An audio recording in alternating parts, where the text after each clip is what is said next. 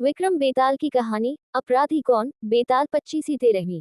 पेड़ पर उल्टे लटके बेताल को एक बार फिर अपन कंधे पर उठाकर राजा विक्रमादित्य ने शमशान की ओर चलना शुरू किया तो बेताल ने एक नई कहानी शुरू कर दी। बेताल बोला, एक बार की बात है, बनारस में हरिस्वामी नाम का एक ब्राह्मण रहता था। उसकी पत्नी बहुत सुंदर थी और उसका नाम लावण्यवती था। लावण्यवती का रूप इतना सुंदर था कि कोई भी पुरुष उस पर मोहित हो जाता। एक दिन लावण्यवती अपने घर की छत पर सो रही थी। जैसे ही आधी रात हुई, एक गंधर्व कुमार आकाश मार्ग से उड़ता हुआ जा रहा था।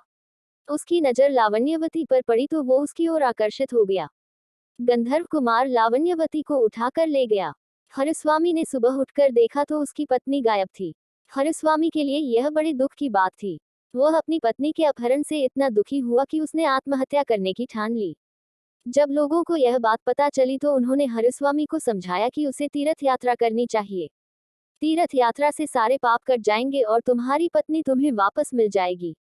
हरिस्वामी के पास और कोई विकल्प न था, इसलिए वो तीर्थ यात्रा के लिए घर से निकल पड़ा। हरिस्वामी जब एक गांव से गुजर रहा था तो उसे भूख लगी। वह एक ब्राह्मण के घर पहुंचा। ब्राह्मण की पत्नी ने हरिस्वामी को खीर खाने को दी। हरिस्वामी उस खीर को लेकर एक तालाब के किनारे पहुंचा ताकि वो मुंह हाथ धोकर खीर खा सके और प्यास लगने पर उसे पानी भी मिल जाए। खीर का कटोरा एक पेड़ के नीचे रखकर हरिस्वामी हाथ पैर धोने लगा। तभी उस पेड़ पर एक बाज आकर बैठ गया। बाज के मुंह में सांप था और वो उसे खा रहा था। सांप का जहर हरिस्वामी की खीर में टपक गया। भूखा हरिस्वामी जल्दी जल्दी उस खीर को खा गया। उसे ये पता ही नहीं चला कि खीर में जहर है। जहर हरिस्वामी के शरीर में फैल गया और वो तड़पने लगा। हरिस्वामी दौड़कर ब्राह्मण की पत्नी के पास आकर कहने लगा कि तूने मुझे जहर क्यों दिया, और इतना कहकर वो मर गया। ब्राह्मण ने जब यह देखा तो उसने अपनी पत्नी की एक बात भी नहीं सुनी और उस पर ब्राह्मण हत्या का दोष लगाकर अपने घर से निकाल दिया।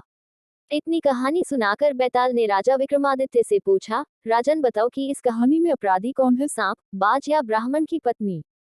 राजा ने उत्तर दिया, इस कहानी में इन तीनों में से कोई अपराधी नहीं है, क्योंकि सांप अपने शत्रु यानी बाज के वश में था। वह कुछ कर ही नहीं सकता था। बाज ने जानबूझकर खीर में जहर नहीं मिलाया, बल्कि वो तो शांतिपूर्वक अपना खाना खा रहा था। ब्राह्मण की पत्नी ने अतिथि का सत्कार किया था, उसे भोजन दिया था। जो इन तीनों को दोषी कहेगा, वो खुद दोषी माना जाएगा। इस कहानी में अगर कोई अपराधी है तो वो है ब्राह्मण, जिसने बिना विचार करे और सच्चाई को जाने बिना अपनी निर्दोष पत्नी को बेघर कर दिया। बेताल बोला, राजन आपने इस बार भी बिल्कुल सही जवाब दिया है। इतना कहकर बेताल फिर से उड़कर पेड़ पर जा लटका। राजा विक्रमादित्य उसे पकड़ने के लिए उसके पीछे भागे। कहानी से सीख, हमें बिना जांच पड़ताल किए कोई भी बड़ा निर्णय नहीं लेना चाहिए।